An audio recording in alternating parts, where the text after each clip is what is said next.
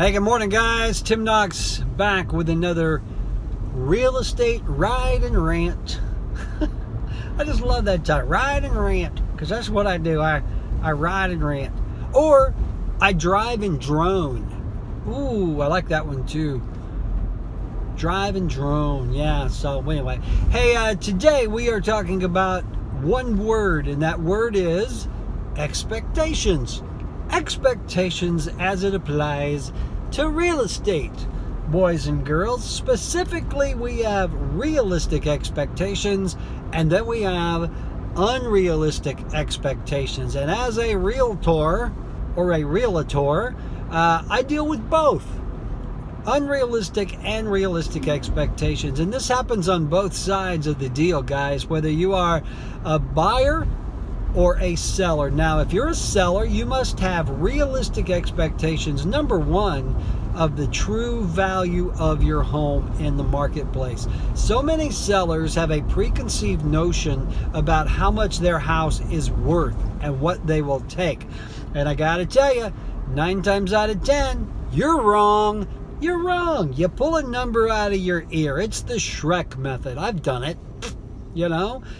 We just have a preconceived notion or unrealistic expectations about the value of our home. Part of my job as a realtor or a realtor is bursting those bubbles. It's sad, you know, but you've got to have a realistic expectation of your home's value in the marketplace if you expect to sell it.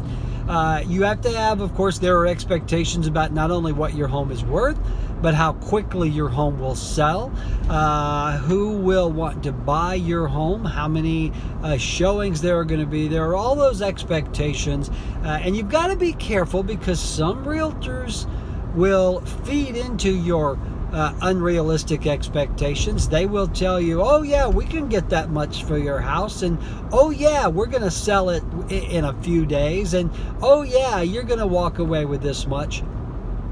If you have a realtor feeding into your unrealistic expectations, you need to fire him or her and find someone who will tell you the honest truth. Because if they're not being honest with you, they are just telling you what you want to hear to get the listing. And I got to tell you, I am not a fan of that. I don't agree with that.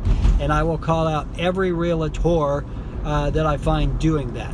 So from a seller's point of view, you must have realistic expectations when it comes to the value, the time on the market, and what you will ultimately get for your home. On the buyer's side, if you are looking to buy a house, you too have to have realistic expectations. And this is a big one. I talk to so many buyers who think that they are going to get this gorgeous, humongous HGTV beautiful house with 3 acres and a pool in a prestigious neighborhood for $100,000. What, you fool? Look, dude, you gotta be realistic. You've got to go and this is what I tell all of my buyers: go get pre-qualified, get pre-approved, find out how much house you can afford realistically. And then that's what we will go look for. If you come to me and I send you to get pre-qualified or pre-approved, and the lender will, expects to loan you $200,000, do not expect me to show you $300,000 houses. I am not going to show you a house that you cannot afford. It is a waste of your time. It is a waste of my time, and you can expect me not to do that. Okay, so you must have realistic expectations. They're pumping the sewer out. Hey, that's great. Let's see what's happening at my house. Anyway, you must have a realistic expectation of what you can afford. If your budget is $100,000, you can expect to buy a 1,500 square foot, 3-bedroom, 2-bath house, maybe in an older neighborhood, etc., etc. So you've got to have those realistic expectations, because if you are not realistic, you are going to look at a lot of houses that you cannot afford. All right, I'm pulling in here, so let me do this. I am now I'm no longer writing and ranting or driving and droning. I am parked and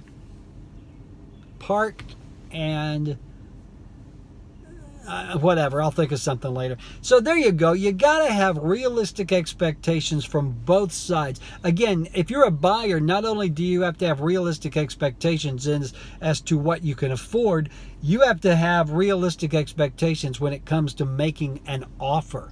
You know, I see so many unrealistic lowball offers out there that you can expect most serious sellers just to kick those puppies back at you. So you've got to have realistic expectations when it really comes down to what you can buy this property for. All right? So there you go. You can be expectant. Expectancy is a good thing, and that's a big word, by the way, for somebody like me. But you need to be realistic, because when you are unrealistic, when you have unrealistic expectations, you are wasting my time, your time, the seller's time, the buyer's time, and you can expect everybody to just be pissed. Parked and pissed. No, that's not a good name. So, all right, guys. Hey, if I can do anything for you in a realistic expectation manner, whether buying or selling, give me a call. I'm your guy, 256-679-0704, or find me on the web at timknox.com. You can realistically expect to find me on the web at timknox.com.